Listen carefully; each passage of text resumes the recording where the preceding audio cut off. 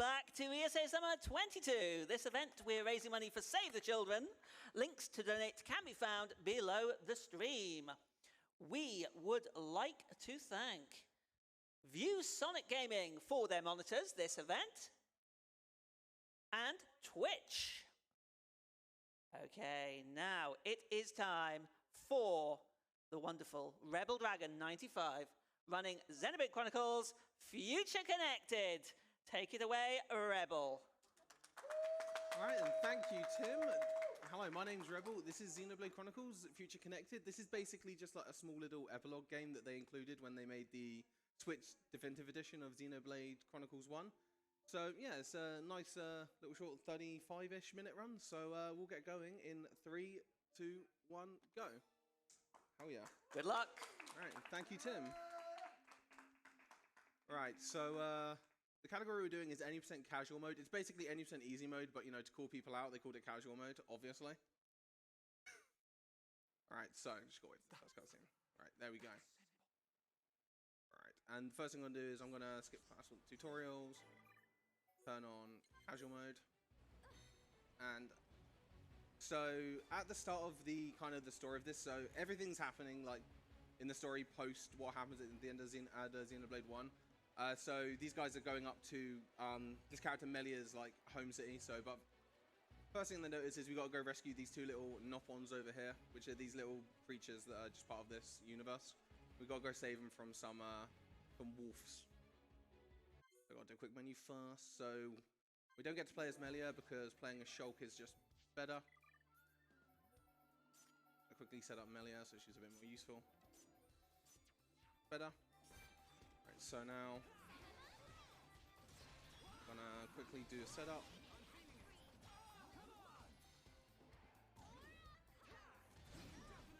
And I'm gonna try and kill all three at once. That's not gonna work.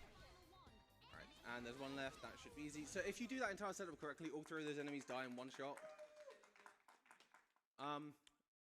Yeah, this load screen here is incredibly long, so I've got nothing really to say. So Tim, if you've got anything that you need to say for a second, then feel free. Okay, yes, I would just like to remind everyone that we are here at this marathon to support Save the Children and their mission. Save the Children believes every child deserves a future.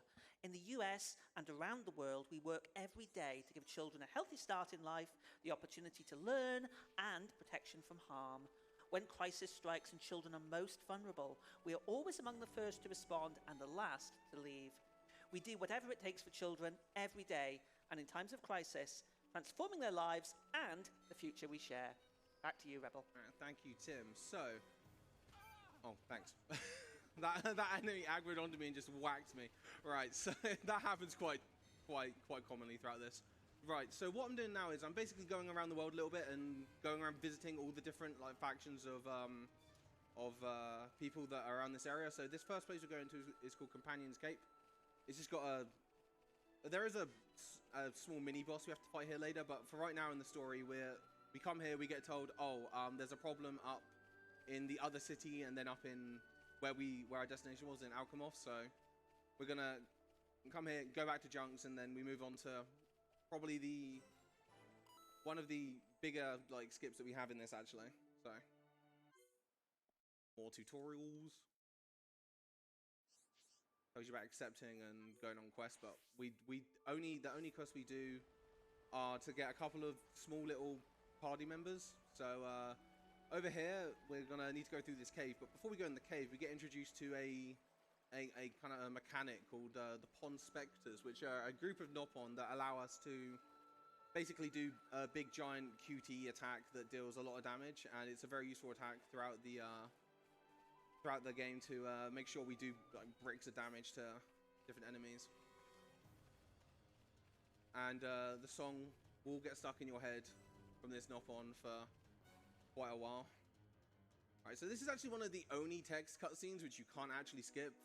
It's like a tutorial one, so I think they were like, no, you got to read it. So you can't just get past it, so you got to mash through all the text. So he's just explaining the Pond Spectres are all around the world. They'll have tasks that you need to do. There are 12? I think, no. Brain does not do numbers right now. But basically, there's quite a number of them And there is a category for collecting them all called All Pond Spectres. It's not actually that much longer than any percent. It's like adds on an extra 20, 25-ish minutes onto the game. But yeah, he's just saying go help all my Pond Spectre brothers, and then we get a tutorial about what they are. All right, so what I'm going to do here is I'm going to go around the world a little bit and collect some landmarks to basically allow myself to warp around the world a little bit towards the midpoint and endpoint of the run. So at this point, it's better to do it now than it is to do it later, because right now we're basically on a set path to travel to our end goal of Alchemoth, but we're never really in much of this area again to really do anything. So it's better to just collect everything now, and then we have the ability to just go around everywhere. It just saves time in movement to do so. Alright, over that.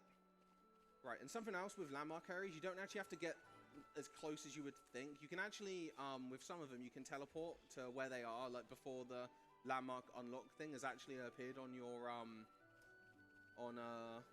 your screen, and we try and do that a couple times throughout the run to save like it saves like a second or two to teleport into landmark locations in some instances, because it spawns you further in than where the unlock location is, so you can basically small amount of movement time. So over here I'm gonna go, there's some gates way back there behind that massive rock right in front of me.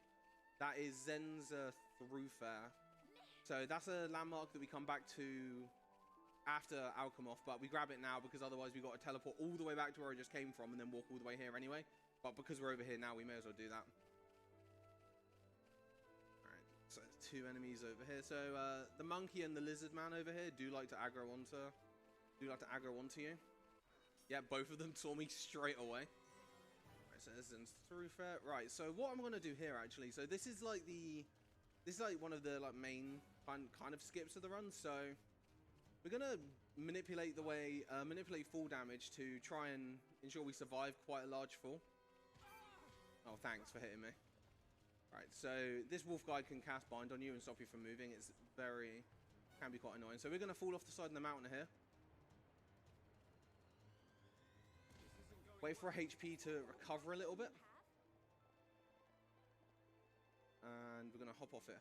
Right, so the way fall damage works in this game is you take a percentage of your HP based on how far you fall. So what I just did there is I skipped like an entire landmark location, and I think it's like two and a half minutes of walking. And because we never have to go to that landmark location, it just doesn't make sense to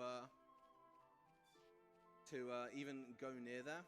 So what I'm actually doing here is, the reason why we have to drop down here is because there's a temple at the end of this route where we have to come through it for one of the quests later on in the run. And grabbing it now obviously just makes more sense. And it's very funny that we're like level 60 walking around an area full of like level 70s that can easily like 1 to 2 shot you. Right, so while I'm walking over there, Tim, if you've got anything that you want to say, feel free. Oh, I've always got something to say. We do have a donation for you. We have $10 from Aeon Frodo, who says, "Hey Rebel, good luck with the run, especially on Fog King." Thank you very much for that generous donation. Right. So, yep, shout outs to Aeon, Frodo. They have the world record of any percent all Pond Spectres, and are generally just really, really good at this game. And yeah, they've already brought up anyone who knows about this run knows about the Fog King, which is the final boss of this. He is he's quite a menace, and he will easily just end a run if he feels like it. Alright, so we done. There's like 2 giant enemies having a fight there. It's like King Kong and a dinosaur. Go back over there. Alright, so when I had the map open there, all the little flag icons all around the map are actually the Pond Spectre ones. There are 3 types of Pond Spectres. There's the red ones, the blue ones, and the yellow ones. You need one of, if I'm getting my stuff right, you need one of each type in order to perform what are called Union Strikes, because you need one of each option. And once you do Union Strikes, they're kind of the mechanic that replace chain attacks. So if you've ever seen the Xenoblade run before, Some of them are, a lot of fights are normally based around how to get chain attacks fast and optimizing your chain attack damage while doing it. Future Connected doesn't really have that. They took away chain attacks and gave Union Strikes, which, as I did mention before, was they're basically like a QTE that causes a big chunk of damage. And the whole gimmick around the Pond Spectres is the more of them you collect, the higher damage output the Union Strikes have. But in an 80% run, 3 of them, or 1 of each type, does enough damage for us to just about get through all the fights, so we don't need to collect too many of them. The Pond Spectre route and which ones you grab, I believe, have actually changed a couple of times. You always get the first one, which is the guy you have the conversation with. It's like a step away. The first guy I have a conversation with. So there's 2 more I've got to pick up. I'm going to pick up one called Dry in Alchemoth, which is where I'm going now, and then I pick up another one later. And that basically rounds off my ability to do the Union Strikes. So I can normally tell what kind of pace I'm on based on when it goes into night. So this game, it doesn't really affect too much, but there's a clock ticking up in the right-hand corner by the map. That's basically the time of day. Generally, if you get to night around when you are halfway through this next bridge I'm going to walk across, it is you're generally on like a pretty decent pace. So my landmark skip actually went pretty well. So I didn't get hit too much. I didn't get binded, which can happen quite a lot of the time. All right. So, and when we actually get into we have one, yeah, so as I said, we're going to go and pick up one of the Pond Spectres in Alchemoth. So the quest we have to do for him, we have to go pick up a few items, and there's a few ways to optimize some movement, so and to make sure you get bits of bonus EXP. So in this game, when you discover landmarks or discover new locations, you actually get a bit of you get a little bit of EXP, and that can matter quite a bit, because at the end of this run we tend to finish it around level 65, but if you get lucky you can get to level 66 and it can make the final boss a little bit easier. I mean, he can still just turn around and just kill you, but it sometimes helps. This enemy will always aggro onto you. He really doesn't care. He doesn't tend to hit you, but he'll aggro onto you. Alright, up here. There we go. That's the end of that section. Hell yeah, walking.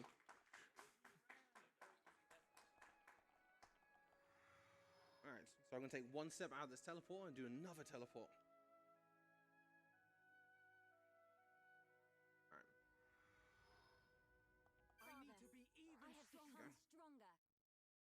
Alright, so here's our boy Dry.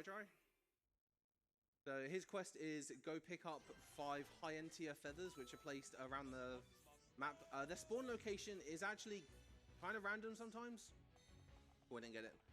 So sometimes when you accept quests, there can be extra dialogue boxes, which we kind of call flavor text. They're in like the base game. They're based around like your affinity levels with all your party members, but because we don't really deal with any of that in Future Connected, it's just kind of random text boxes that can lose you 1 to 2 seconds, and very annoying. Right, so there's one of them. Right, I'm gonna grab this landmark location here just to teleport to it once in a second. There's actually an additional location I can discover back here called Ruined Way. It gives a little bit of EXP and a little bit of just gives a tiny bit of EXP, which can help push you towards that level 66.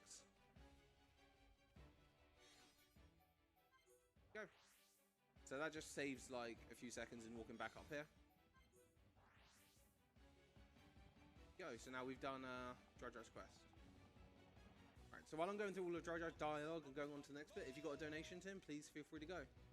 I do indeed, yes. We have received a $25 anonymous donation without any comment, but it does go towards the Worms Armageddon All Missions Worms Voices French Lover. So remember, we have that as a donation incentive. If you want to pick the voice of your worms, then please get those donations in for that. Remember, all your donations do go towards Save the Children. Thank you very much indeed.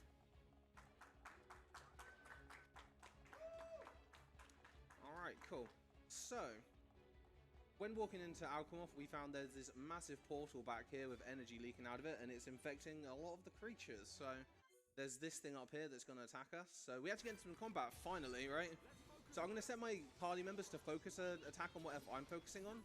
So the way combat works in this game is you have these commands on the bottom that are known as arts, and they all have different effects depending on your positioning. So if you position things correctly, you can ensure that you get bonuses. So the move I just did can lower defense if you use it from the side, and it gets a bit of bonus damage if you do so as well.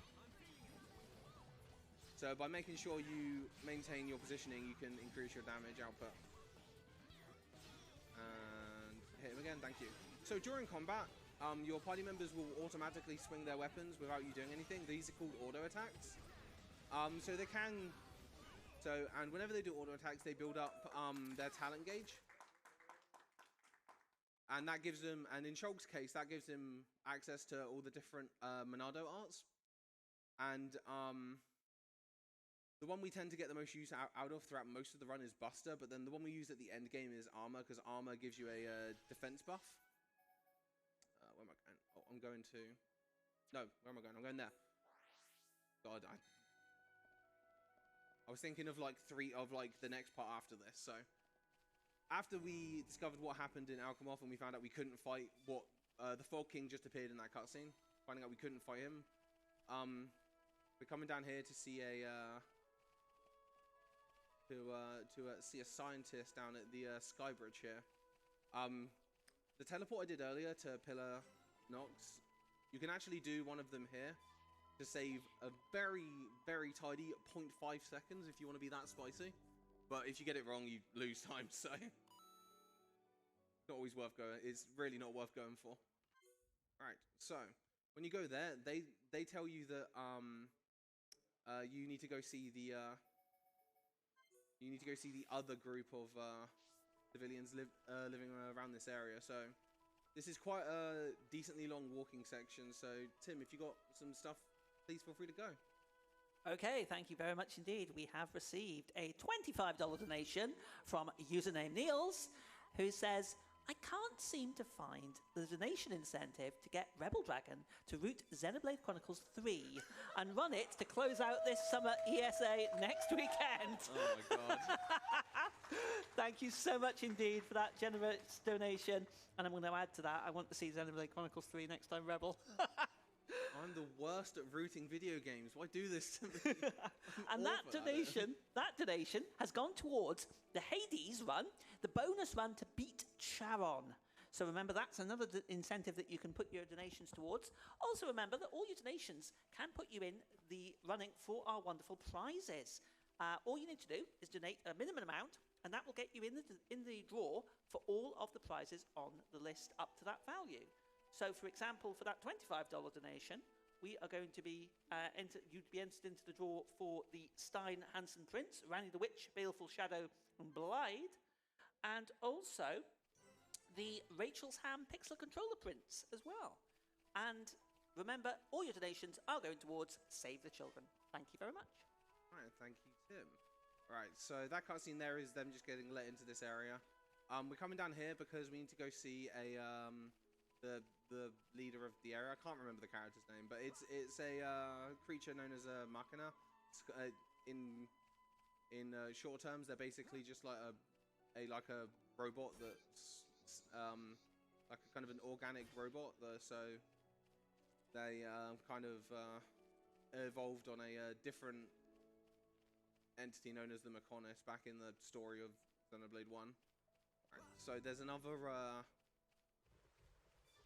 There is another Pond Spectre here. This isn't the one that we're going to grab. I don't remember what that guy's quest is, but it's not fast. Right, so we come up into the Grandel. So, Grandel here, we're going to do a couple of things. First thing I'm going to do is I'm going to drop all my money on one weapon for the little Nopon Nene that I've got with me. She needs a bit of a damage buff a bit later on, so I'm going to talk to our man here. Drop all of our money and then just leave. Grab that landmark there, so we can teleport back there in a second. So we're gonna go grab the final Pond Spectre that we need. So I can't remember which Pond Spectre they used to grab because I didn't learn this game till after they changed all the routing for it. But this particular Pond Spectre route was actually found by someone called Sonic Shadow Silver 2. He does a lot of stuff with KH and a bunch of other games as well. But yeah, he found that if you just come over to this island over here, the quest item that you actually need to complete the quest is just there already without you having to start the quest. So you can go pick up the item, go talk to the quest giver, which is the Pond Spectre, get the quest, automatically, instantly complete it, then talk to him again, so you don't have to go around a bunch. So this here is the landmark Prayer Rock. And the last Pond Spectre we're grabbing is one called Tutu. So Tutu wants to find his mirror. Somehow his mirror got over here. We can teleport back to Prayer Rock just to save ourselves walking a little bit. Quite a big enemy over there that's going to attack us. Level 74. He's quite a large boy. I sat here with like the level 61 bodies we've got. Right, so this little Nopon fishing here is Tutu. He's looking for his lost mirror, so we're going to give it back to him. Alright, there we go. There you go, we instantly complete it. There we go. Alright, so now we can go and see the Machina. Just telling you about how those tutorials are telling you about how the Union strikes work, and it mentions something about an extra chance. I don't know the percentage chance of that happening, but when you do a Union strike, there's a chance that it could just give you an extra Union strike for free. Alright, so we're going to do a quick menu here. We're going to put Topple Plus on there, because Melia is our Topple dealer. There we go. Right, so I'm going to level up Smarts. Basically, leveling them up increases the damage they do, increases the effects that they have. So I'm just going to grab some levels. Melia needs that one, that one, that one. And I'm going to increase her Topple time. Then Nene gets the most level ups because she's the tank, so she needs to be dealing the most damage. So I'm kind of a mechanic in the background of combat is a mechanic called aggro. So the way aggro works is the more damage that... So every time you deal damage, you get points of aggro, basically. And you need to be maintaining high levels of damage to keep aggro. So you want your tank, Nene, to maintain as much damage as she can. So then Shulk here can change his positioning a lot and make sure that he's getting in the damage on everything else. Right, do that. Backslash that guy. I do normally get bodied by this fight a little bit. Okay, that's fine. Oh, okay, that's kind of working a little bit better than normal. Now I can just spam some attacks and that should end the fight. There you go, easy. Right, so straight after that fight, we've got to go do another fight, which is down here in the Ground Arch. So these are some Armos. These are big creatures. Alright, so the move I did at the start there is called Shadow Eye. It basically takes aggro away from Shulk and increases his stats by a little bit during the fight while the buff is active. Oh, he did the thing. He did the charge. Oh, great, an Infinity Burst. So that's an Infinity Burst. They can randomly happen. You don't really want them to happen too much. Alright, so right after that, we go back up to the Sky Bridge. There's a boss fight here as well. What I love about this run, you spend like the beginning of it just walking around, and then like suddenly there's like 4 fights in a row. So this is Galgar. We don't like Galgar, so we're going to beat him up a little bit. So this is a Union Strike. And there's QTEs throughout the Union Strike. You have to hit at the right time. I missed the last one. That last one there is actually a... from what I've been told, like a 2-frame input. So you got a very short margin to hit it. And just going in on this guy. That should finish him. And then I want to try and... Oh, an Infinity Burst. It's not very useful, but that's fine. There we go, easy.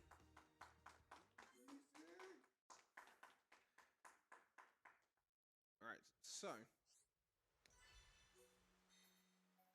we got a short little quest that we got to do. So that landmark I picked up all the way in the back of the level 70 area. This is where we need it. So we get told that we need to go collect high ether, and that will be the key to fighting the Fog King. So we got to go and talk to a few people, see if they know about what high ether is. So got to go see that soldier. He can be very annoying to talk to. Sometimes he'll just turn away and just not want to talk to you. Come up here. There's a high end tier guard. He mentions going and talking to I can't remember the woman's name, but basically he tells us to go find the this woman. She's in the graveyard. So in a second, I'm going to quickly teleport to Prayer Rock down here, and then she'll tell us that and she'll give us a hint about where to go to get the high ether.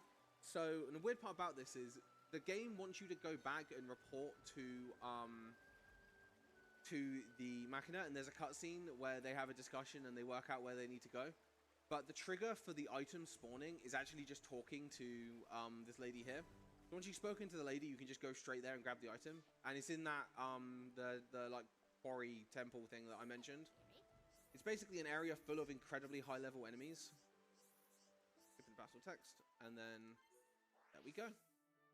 Right, so this cave's full of like level 70 to 75 enemies, and yep, if you try and fight any of them, you will just actually die. So, and when you die in this game, you get flung back to the nearest landmark. But luckily, there is a way we can cheese this place pretty easily. So we get seen by that guy while falling. Then we're gonna get deliberately seen by this spider. And I want to make sure I get hit. Yes, I did get hit there. Good. Right, go around here. We want to get hit by one of these lizard men. Good. And the reason why I'm jumping is because if you get hit while walking, you stagger. So I'm going to die, grab that landmark location, or grab the landmark location while dying, and then when I die, I teleport to this landmark location that I've just collected, and all the enemies are on the other side of me. And you just don't have to deal with any of them. I do know in the normal speedrun, you actually come, when you come here early, because you need to actually grind EXP in the, like, normal difficulty run, they actually, they take that big guy, they just fling him off the edge a bunch of times to get a bunch of EXP from him. Which is always very amusing, because throwing enemies off stuff actually just counts as you killing them in this game. Alright, cool. So, we've been told of some animals causing mayhem. So, this guy here, I like to call him a Triceratops. The strat here is we're going to abuse what's known as a topple. So, in this game, there is a few states of enemies. So, there are like 3 statuses you can put on enemies. There's a break, which then leads into a topple, which then leads into a daze.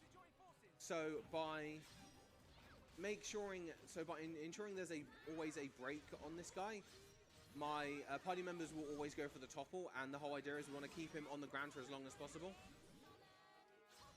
And so the whole reason why I want all the aggro and all the other party members is because I want to be able to just run around as Shulk and make sure that I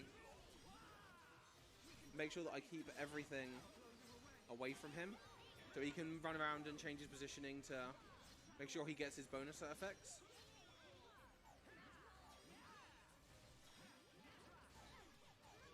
Cool, making sure I'm changing my positioning. So using Union Strike in this fight is actually slower because you need it for the fight after this. And sometimes it can be pretty difficult to build up. I mean, if I'd used it, I would have got an Infinity Burst, which would have been fine. But you can't rely on the Infinity Burst luck being in your favor, so... So the whole reason why I need to be at the side for that move is because it actually decreases physical defense, which is like extremely useful for Shulk because all of his attacks are physical. The end of this isn't going too well.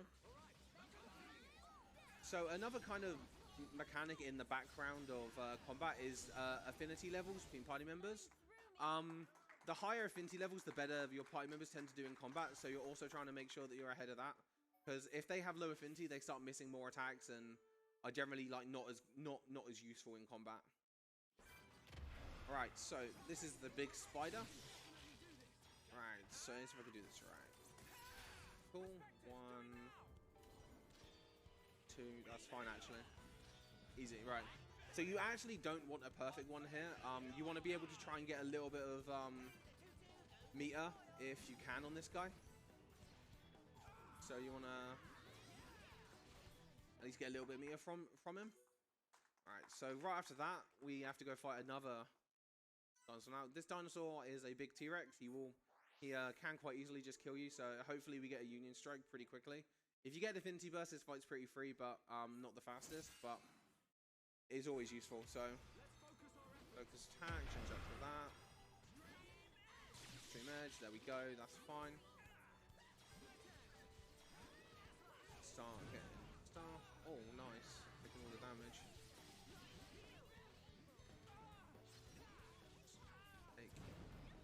Need them to take the aggro off of me for a second here. Good.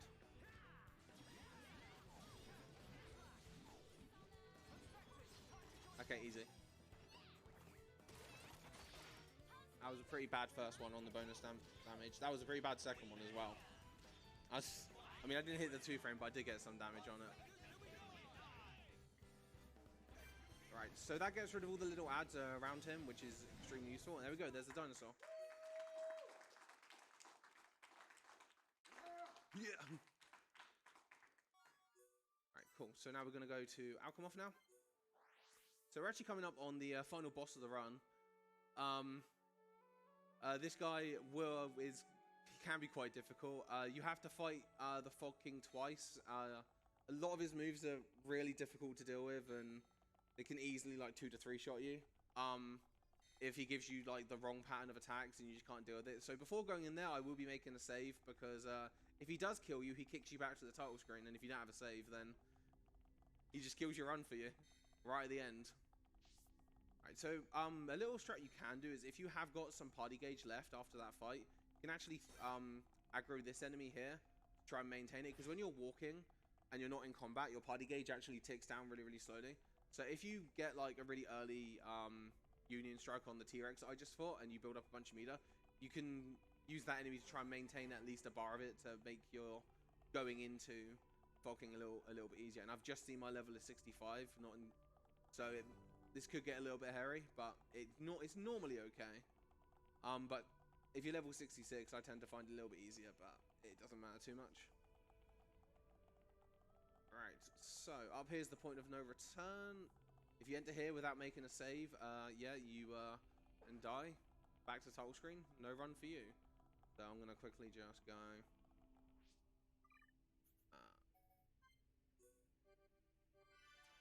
Save that one. There we go. Right, so we're going into Fog King now. So we have to fight this guy twice, so hopefully it goes well on both times. So this guy is surrounded by a bunch of these little orbs. The orbs are actually more of a problem than he is, because you've got like a bunch of stuff attacking you at once. Alright, so what moves are you going for first? So I've just set up a Monado armor. Monado armor increases defense. One of this guy's moves, he has a move called a Raising Mist. A Raising Mist erases all stat buffs if he gets it off. He didn't get it there because we got a topple on him. That's fine. I need him to get the aggro off me, please.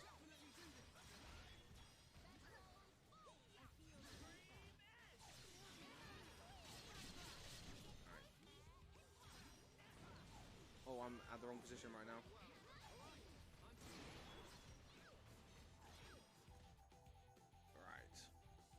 HP situation is a little bit scary here, but we should be fine.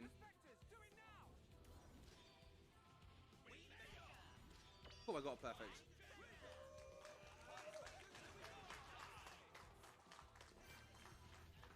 I guess rid of all the ads around him and kill myself up quickly. Slash. Go around him. Trying to build up as much meter as I can for round 2. Cool, that's enough meter. So that's Fog King 1. right after fucking one, we get flung into another fight with fucking. So this fight is basically exactly the same. All the same stuff can kill you. Oh, of course he goes straight for a raising miss as well.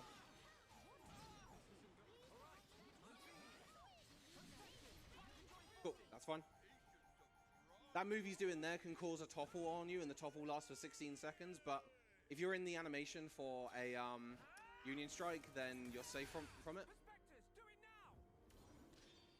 Cool.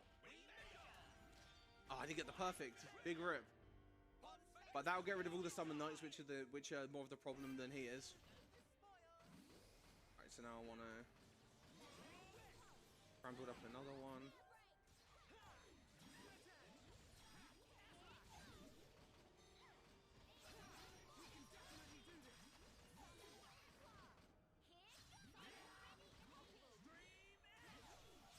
Try and get him off me again. Oh, that's fine. Alright, just making sure my other party members are safe, because they're quite frail. So they can die quite easily. Thank you. Alright. Activate another Monado shield in case I need it. Oh, mischarge. A mischarge increases the damage of his next attack by quite a lot.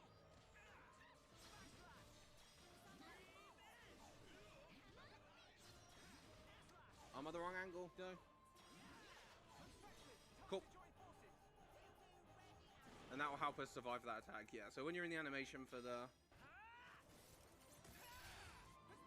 as I said, you're pretty much safe. Hopefully I get this 2-frame. Cool, I got it, let's go.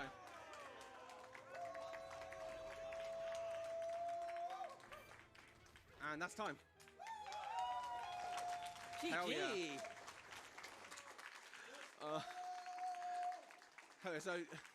So like for context, that fight is just, sometimes it's just impossible and it will kill you. So my estimate's 45 minutes because it accounts for only dying to Fog King and nothing else. So yeah, that was Xenoblade. This is a nice little cool run if you want to try running Xenoblade and not get into like some of the 4-hour runs that can really eat a lot of your time. But yeah, as shout outs to the Xenoblade Chronicles speedrunning community. Obviously, if you want to learn this game, there's the speedrun.com page. There is the Discord, and there are notes for this game on the leaderboard as well. So yeah, if you want to learn it, come and like give it a go. I think this is a nice little 35-minute like RPG run if you really want to dip your toe into like RPG type speedrunning, especially games like this with very much like MMO style like mechanics and things. But yeah, so that's it from me. Thank you for having me. Thank you very much. Let's hear it from Rebel Dragon 95. Fantastic Xenoblade Chronicles, Future Connected run there. Thank you very much indeed, Rebel. As always, fantastic. And we are going to be right back after a short intermission. We have a wonderful run coming up. We have the fantastic Trackmania 2 Canyon run by Rastats. So please bear with us. We're going to go have a quick break and we'll be right back. Thank you very much.